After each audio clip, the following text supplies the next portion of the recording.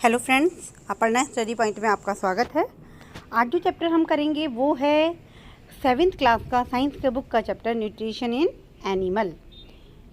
इसका मतलब है एनिमल किस तरीके से न्यूट्रिशन करते हैं, यानी कि किस तरीके से फूड लेते हैं और को यूटिलाइज करते हैं अपनी बॉडी में। इसके ऊपर ये चैप्टर है। इससे पहले मैंने चैप्टर नंबर 1 के 2 पार्ट में PDF बना के डाल दिए हैं, आप जाके देख सकते हैं मेरे चैनल पर। तो चलिए चैप्टर पढ़ना शुरू करते हैं। You have learnt in chapter 1 that plant can prepare their own food by the process of photosynthesis, but animal cannot। आपने चैप्टर नंबर 1 में पढ़ा था कि प्लांट अपना खाना फोटोसिंथेसिस के प्रोसेस से अपने आप बनाते हैं, पढ़ा था ना आपने। बट एनिमल कैन नॉट, लेकिन एनिमल नहीं बना पाते। Animal gate their food from plant. Animal अपना फूड किससे लेते हैं? प्लांट से लेते हैं। आपने पढ़ा था ना कि जो प्लांट होते हैं वो ऑटोट्रॉप होते हैं। ऑटोट्रॉप मतलब अपना खाना खुद बनाना, और जो एनिमल होते हैं वो हेटरोट्रॉप होते हैं, यानी कि वो अपने फूड के लिए प्लांट के ऊपर डिपेंड करते हैं। Either directly by eating plant और indirectly by eating animal that eat plant. या तो वो सीधा खाएंगे प्लांट के फूड को, हम लोग जैसे वेजिटेरियन लोग होते हैं वो सीधा प्लांट से या प्लांट से बनी चीज़ों को वो सीधा खाते हैं बना के। लेकिन कुछ एनिमल ऐसे भी होते हैं जो उन एनिमल्स को खाते हैं जो कि प्लांट को खाते हैं। जैसे कि फॉर एग्जांपल अगर हम डियर लेते हैं तो डियर प्लांट को खाता है, और डियर को कौन खा जाता है? Lion, tiger. तो डिपेंड तो ये भी किसी ना किसी तरीके से, यानी इनडायरेक्टली डिपेंड तो ये भी प्लांट के ऊपर ही हुए, है ना। वो ये भी अपना फूड नहीं बना सकते। Some animal eat both plant and animal. कुछ एनिमल तो ऐसे होते हैं जो प्लांट को भी खाते हैं और एनिमल को भी खाते हैं। पढ़ा था ना आपने ओमनीवोरस। जो एनिमल्स होते हैं वो प्लांट भी खाते हैं और एनिमल भी खाते हैं।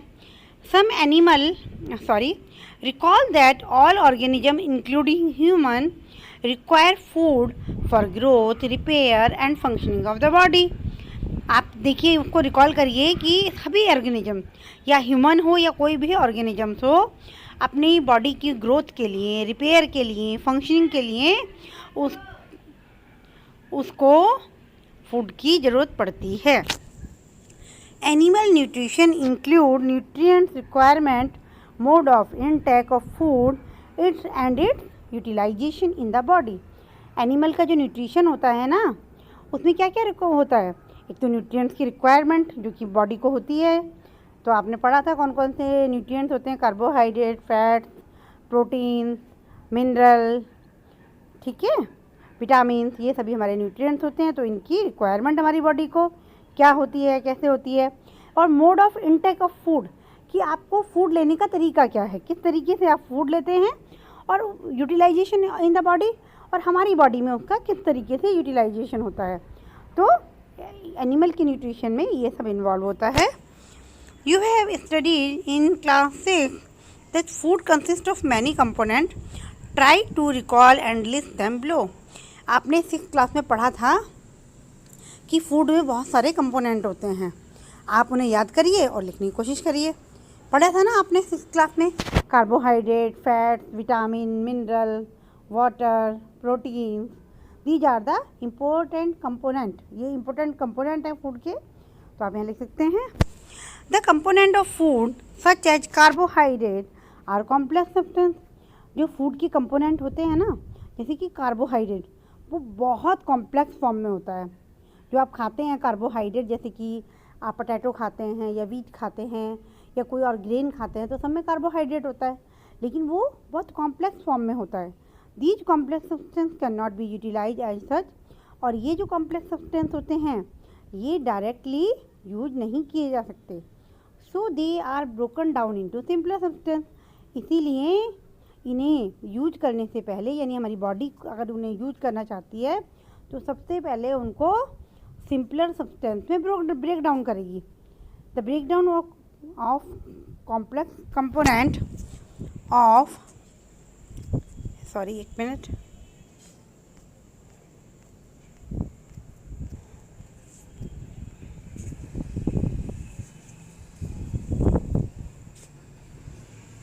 component of food into simpler substance is called digestion. और ये जो कॉम्प्लेक्स फूड हैं इन्हीं को सिंपल सब्सटेंस में ब्रेक डाउन या तोड़ने का जो प्रोसेस है उसी को डाइजेशन कहते हैं।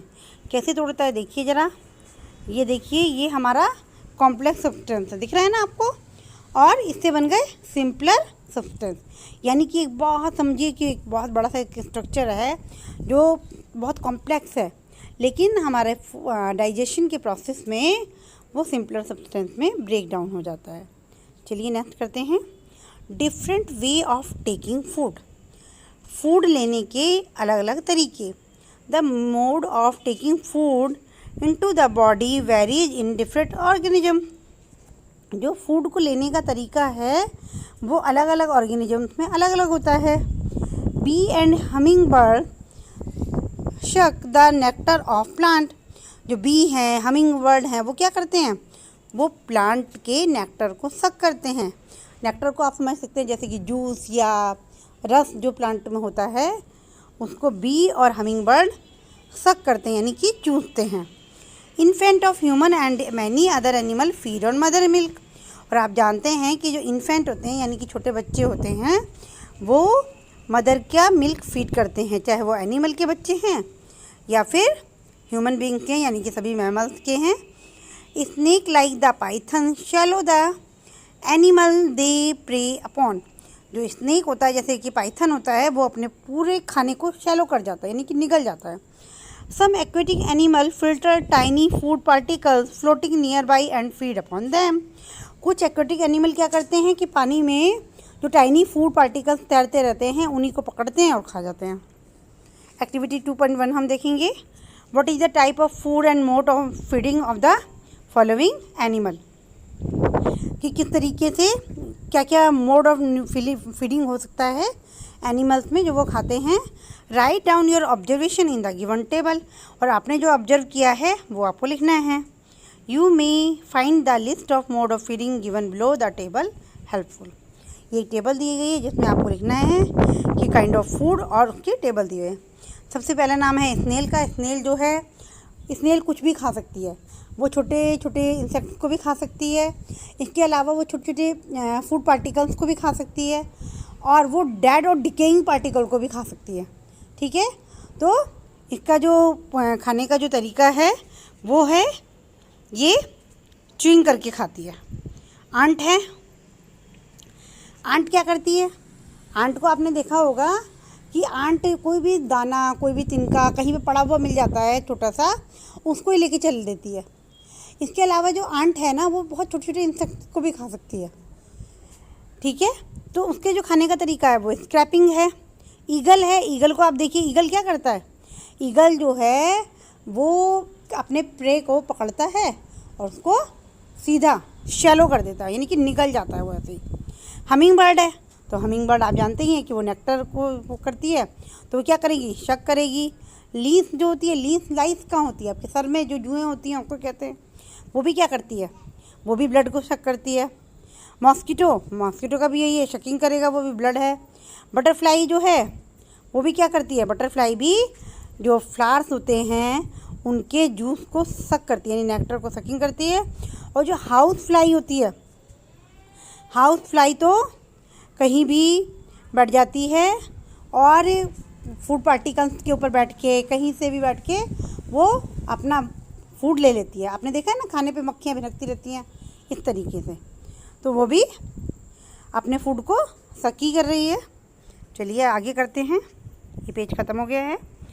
अमेजिंग फैक्ट देखिए कितना अमेजिंग है। Starfish feed on animal covered by hard shell of calcium carbonate. जो स्टारफिश होती है उसके पूरी बॉडी पर हार्ड शेल होता है कैल्शियम कार्बोनेट का। After opening the shell the starfish pop out its mouth through its mouth to eat the soft animal inside the shell. क्या करती है वो, जब भी उसको कुछ खाना होता है या कोई भी इंसेक्ट या फिर वाटर में कोई भी बॉडी जो है जिसे वो खा सकती है, उसका फूड सामने आता है, तो क्या होता है वो शेल में से अपना माउथ बाहर निकालती है और माउथ के साथ साथ उसका स्टमक भी बाहर निकल जाता है। वो सॉफ्ट एनिमल को अंदर लेती है और अपने शेल के अंदर ले जाती है। वो स्टमक जो है उसका स्टमक वापस उसके शरीर उसमें चला जाता है बॉडी में, और धीरे धीरे वो डाइजेस्ट कर लेती है और उसका जो शेल होता है वो बंद हो जाता है। सोचिए कितना अमेजिंग है। ठीक है, स्टारफिश के बारे में तो आपने सबने पढ़ा होगा। चलिए आगे करते हैं। डाइजेशन इन ह्यूमन में किस तरीके से डाइजेशन होता है। देखिए, this is the very complex method, कि ये इतना ज़्यादा कॉम्प्लेक्स है कि अगर आप देखेंगे तो ह्यूमन का जो ये देखिए, ये जो दे रखा है, this is the digestive system of human being. ये ह्यूमन बीइंग का डाइजेस्टिव सिस्टम है। देखिए, चलिए शुरू करते हैं। We take in food through the mouth. हम खाना खाते हैं, कहाँ से खाते हैं आप लोग जानते ही हैं। हम खाना खाते हैं माउथ से, उसको डाइजेस्ट करते हैं अपनी बॉडी में और देन यूटिलाइज करते हैं। यानी कि डाइजेस्ट मतलब वो अंदर हमारी बॉडी में जाकर वो सिंपलर सब्सटेंस में टूट जाता है और उसको हम यूटिलाइज करते हैं। यूटिलाइज कैसे करते हैं? आप कोई भी काम करते हैं, खाना बनाना और कोई वर्किंग करना या फिर गाड़ी चलाना या फिर कोई जैसे मेसन होते हैं, दीवार बना रहे हैं, ये सब जो भी काम होते हैं, जो भी एक्सेट्रा जो भी काम होते हैं, उनको करने के लिए हमें एनर्जी की ज़रूरत होती है और हमारी बॉडी को भी रिपेयर मेंटेनेंस के लिए एनर्जी की ज़रूरत होती है। तो वो सब काम किससे होता है? उस फूड के से ही होता है जो हम खाते हैं। The unused part of the food are defecated. और जो पार्ट भोजन का यानी खाने का हमारी बॉडी में काम नहीं आता ना, वो डिफिशिएटेड कर दिया जाता है, यानी बाहर निकाल दिया जाता है। ठीक है, stool is a part of undigested part. आप जानते ही हैं कि जो हमारा फूड मटेरियल है वो हमारे काम नहीं आया तो वो स्टूल के रूप में बाहर निकल जाता है। Have you ever wondered what happen to the food inside the body. क्या आपने कभी ये जानने की कोशिश की है कि हमारी बॉडी के अंदर फूड का क्या होता है? The food pass through a continuous canal. जो फूड है ना, वो एक कंटिन्यूस कैनल यानी लगातार चलने वाली कैनल में से गुजरता है। Which begin at the buccal cavity.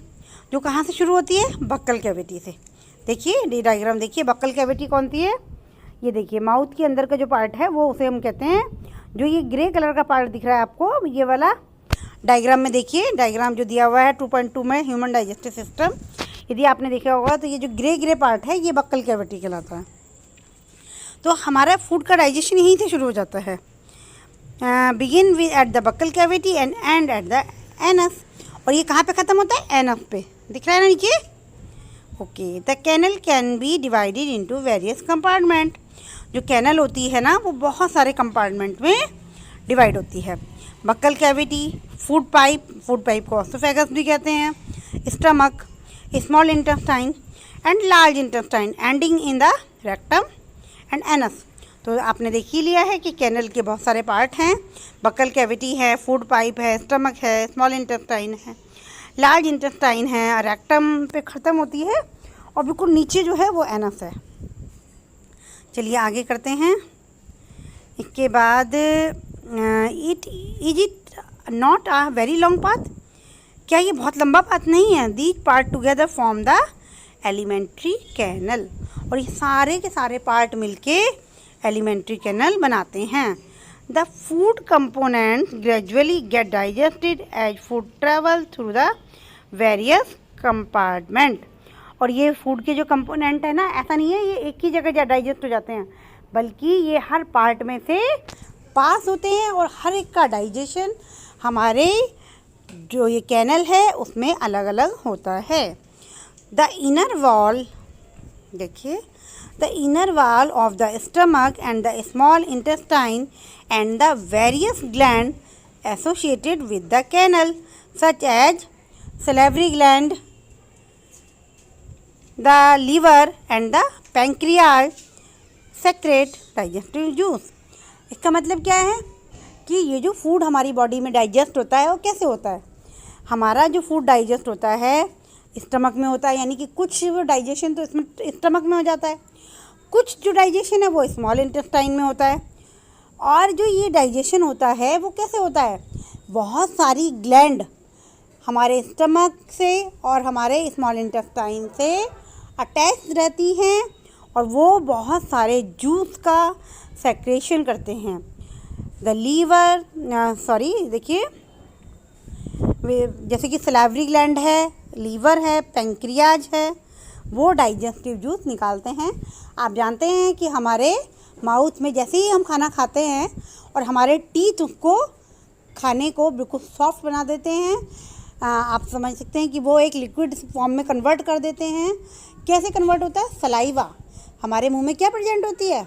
Saliva. और हमारे फूड का डाइजेशन उसी सलाइवा से स्टार्ट हो जाता है। यानी हमारे फूड का जो डाइजेशन है वो माउथ से ही स्टार्ट हो जाता है। ओके, चलिए आगे बढ़ते हैं। The digestive juice convert complex substance of the food into simpler one. और ये जो जूसेस होते हैं ना, ये जो कॉम्प्लेक्स फूड है उसको सिंपलर वन में यानी सिंपल फॉर्म में कन्वर्ट कर देते हैं। The digestive tract and the associated gland together constitute the digestive system. ये जितना भी डाइजेस्टिव ट्रैक्ट है यानी कि जितने भी पार्ट आते हैं और जो ग्लैंड होती हैं वो सभी मिलके बनाती हैं digestive system. Now let us know what happen to the food in different part of the digestive tract. अब हम ये जानना चाहेंगे कि ये जो फूड है इसका डिफरेंट पार्ट में किस तरीके से डाइजेशन होता है, किस तरीके से होता है। ठीक है, तो ये पढ़ते हैं। The mouth and buccal cavity. Mouth और बक्कल कैविटी, जो हम पहला वाला पोर्शन दिखाया था ना 2.2 में, देखिए ये वाला, ये पोर्शन देखिए जो ग्रे कलर का पोर्शन आपको दिख रहा है जो कि बक्कल कैविटी है और जो माउथ से शुरू होती है उसके बारे में है। Food is taken into the body through the mouth. Food जो है फूड जो है माउथ के थ्रू बॉडी में लिया जाता है ना। आप कहाँ से फूड खाते हैं? ऑब्वियसली फूड तो माउथ से ही खाया जाता है। The process of taking food into body is called ingestion. जो हम खाना लेते हैं ना अपनी बॉडी के अंदर, जो हम खाते हैं, उस प्रोसेस को हम इंजेशन कहते हैं। We chew the food with the teeth and break it down mechanically into small pieces. हम इस खाने को च्यू करते हैं किसकी हेल्प से? टीथ की हेल्प से, और उसको ब्रेक करते हैं मैकेनिकली बहुत छोटे छोटे पीसेस में। Each tooth is rooted in a separate socket in the gums. Gums क्या होते हैं? गम वो जगह होती है जहाँ से कि आपके दांत लगे होते हैं, उसके नीचे जो आपको पिंक पिंक कलर की हार्ड जो जगह दिखाई देती है उसको हम कहते हैं गम्स। तो हमारे टीथ तो ऐसा नहीं है कि सारे टीथ एक साथ लगे होते हैं, हर एक को लगाने के लिए अलग अलग सॉकेट होता है, यानी कि हर सॉकेट में एक दांत हमारा फिट होता है। Our teeth vary in appearance and perform different function accordingly.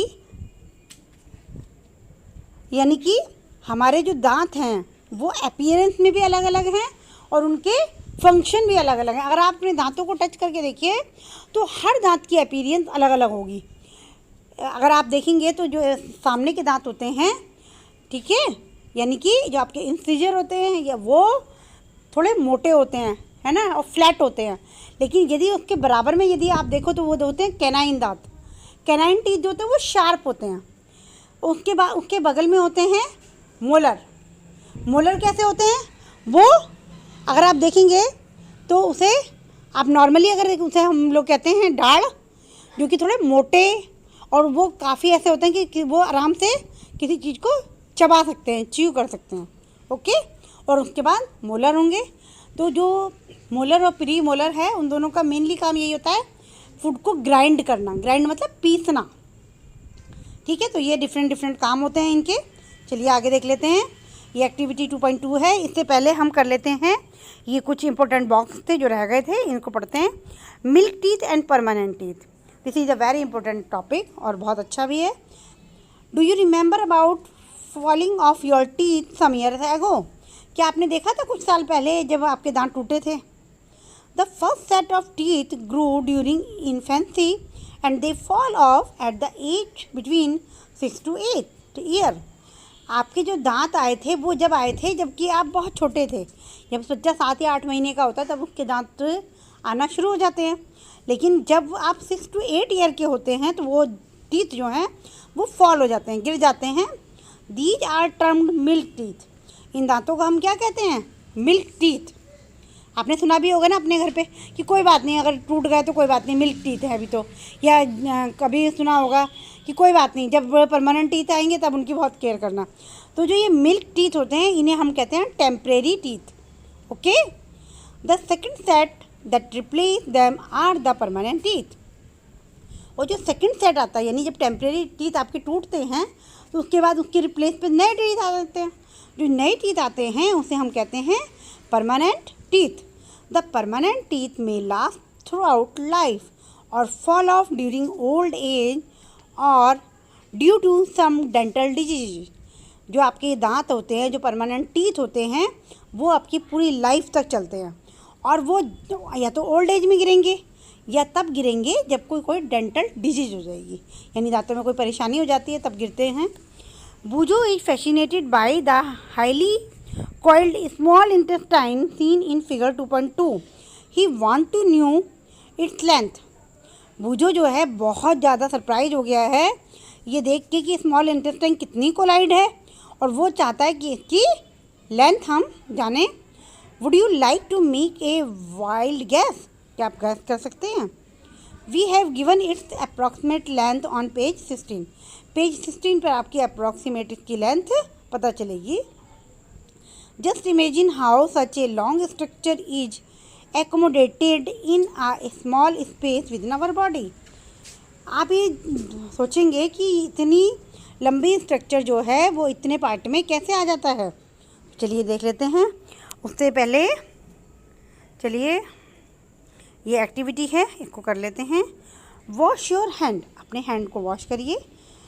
Look into the mirror and count your teeth. Mirror में देखिए और अपने जो टीथ हैं उन्हें काउंट कीजिए। Use your index finger to feel the teeth.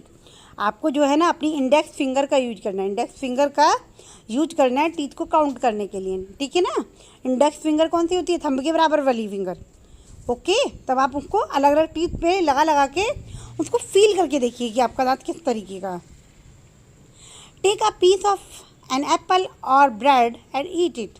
आपको क्या करना है? एक एप्पल का पीस लेना है या ब्रेड का पीस लेना है और उसको खा कर देखना है। Which teeth do you use for biting and cutting? कौन से टीथ का आपने यूज किया बिटिंग और कटिंग के लिए? And which one for piercing and tearing? और किसका यूज किया?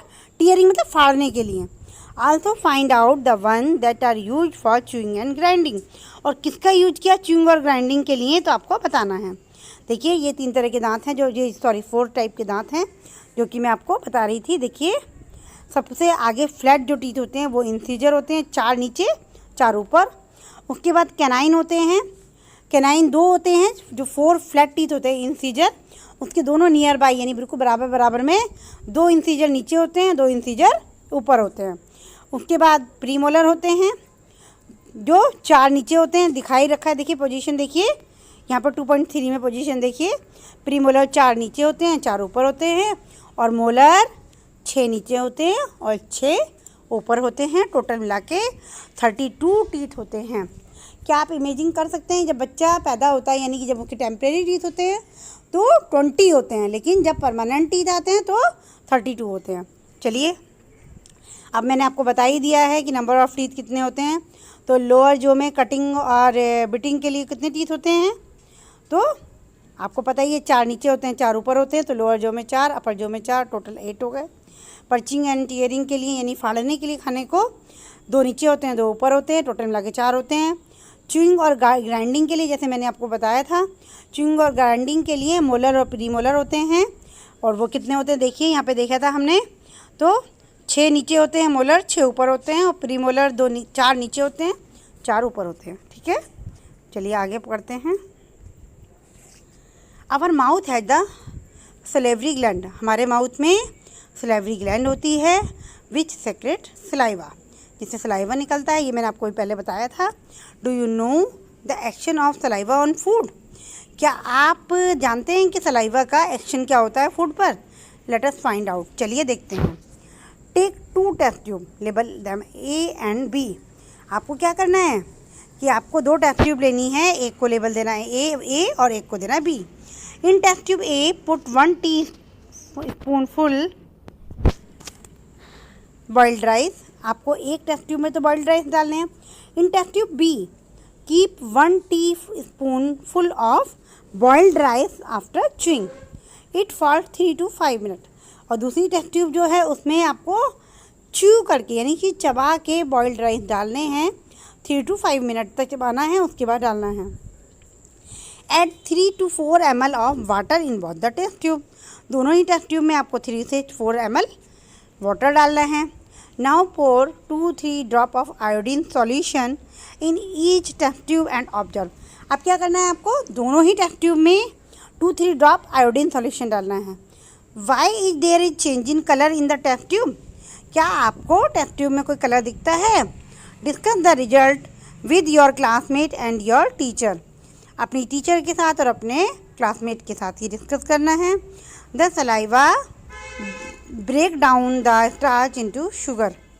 जो सलाइवा होती है वो स्टार्च मतलब जो आपने खाना खाया उसमें जो स्टार्च होता है, कार्बोहाइड्रेट होता है, उसको चेंज कर देती है शुगर में। दैट्स वाई कि आपका फूड जो है वो डाइजेस्ट होना शुरू हो जाता है माउथ के अंदर से। ओके, ये इसलिए हुआ क्योंकि जो सलाइवा आपके खाने में मिली उसने आपके फूड के स्टार्च को सिंपल शुगर में कन्वर्ट करना शुरू कर दिया।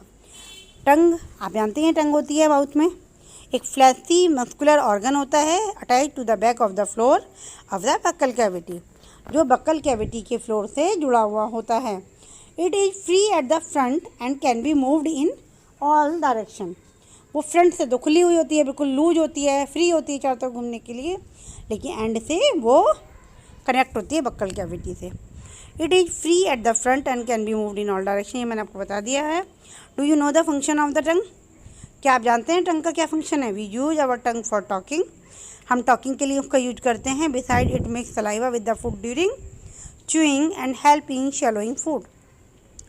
वो हेल्प करती है फूड में सलाइवा मिलाने में, और हम च्यूइंग करने में, जब हम च्यू करते हैं तो सलाइवा को मिलाने में वो फूड को हेल्प करती है, और दूसरा वो शैलोइंग मतलब निगलने में भी हेल्प करती है। We also taste food with our tongue. और आप जानते हैं कि हम किससे खाना टेस्ट करते हैं? टंग से। टंगी हमें बताती है कि खाना कैसा बना है ना। और its has taste bud the detect different taste of food. इसके ऊपर क्या होता है? टेस्ट बर्ड होती हैं जो हमें बताती हैं कि खाना मीठा है, नमकीन है, कड़वा है, खट्टा है। We can find out the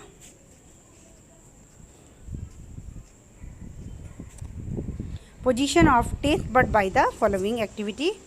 देखिए, अब हम एक एक्टिविटी करेंगे, लेकिन ऊपर 2 कॉलम रह गए हैं, ज़रा उनको भी देख लेते हैं। ये इंपॉर्टेंट बॉक्सेस हैं। क्या है इन बॉक्सेस में? Sweet and tooth decay. Sweet यानी कि मीठा, और टूथ का decay. Normally bacteria are present in our mouth but they, sorry एक मिनट रोटेट हो गया।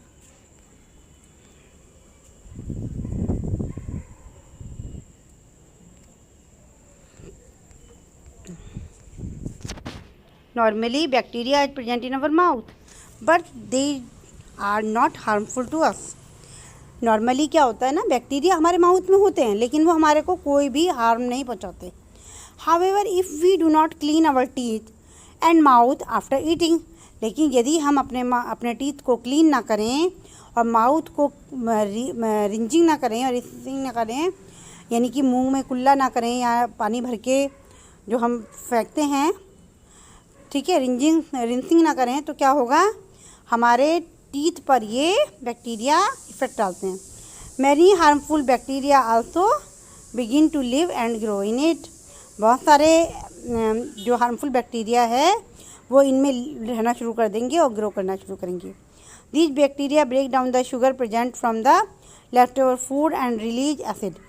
और ये जो बैक्टीरिया क्या करते हैं कि जो आप खाना खाते हैं तो उसमें जो शुगर का अमाउंट होता है और दांत में लेफ़्ट ओवर रह जाता है यानी बच जाता है, तो ये उनको एसिड में कन्वर्ट कर देते हैं। The acid gradually damage the teeth. और धीरे धीरे ये एसिड टीथ को डिके कर देते हैं, मतलब उनको डैमेज कर देते हैं। This is called tooth decay. इसको हम टूथ डिके कहते हैं। If it is not treated in time, यदि टाइम पे आपने उसका ट्रीटमेंट नहीं कराया, it cause sewer tooth in the extreme cases result in tooth loss. और अगर आपने क्या किया, अगर आपने सही समय पर उसका ट्रीटमेंट नहीं कराया तो टूथ में आपके एक हो सकता है, यानी दर्द हो सकता है, और कुछ केस में तो टूथ को निकलवाना भी पड़ सकता है। Chocolate, sweet, soft drink and other sugar product are the major culprit of tooth decay. Sugar के आइटम हैं या फिर सॉफ्ट ड्रिंक हैं, स्वीट्स हैं, चॉकलेट हैं, ये सबसे बड़े कल्प्रिट है। कल्प्रिट का मतलब दुश्मन हैं, किसके? टूथ डिके के। ठीक है ना। यदि आप भी चॉकलेट टॉफ़ी खाते हैं, खाते ही होंगे, बच्चे तो सभी खाते हैं, तो जब आप खाते हैं तो अपने दांत मुँह में उनको रिंस करिए, यानी कि कुल्ला करिए, और 2 टाइम आपको दांतों को ब्रश करना कंपलसरी है। Therefore, one should clean the teeth with a brush और दातून एंड डेंटल फ्लोस। और आपको क्या करना है, कोई भी अपने दांतों को क्लीन कर सकता है ब्रश से या दातून से।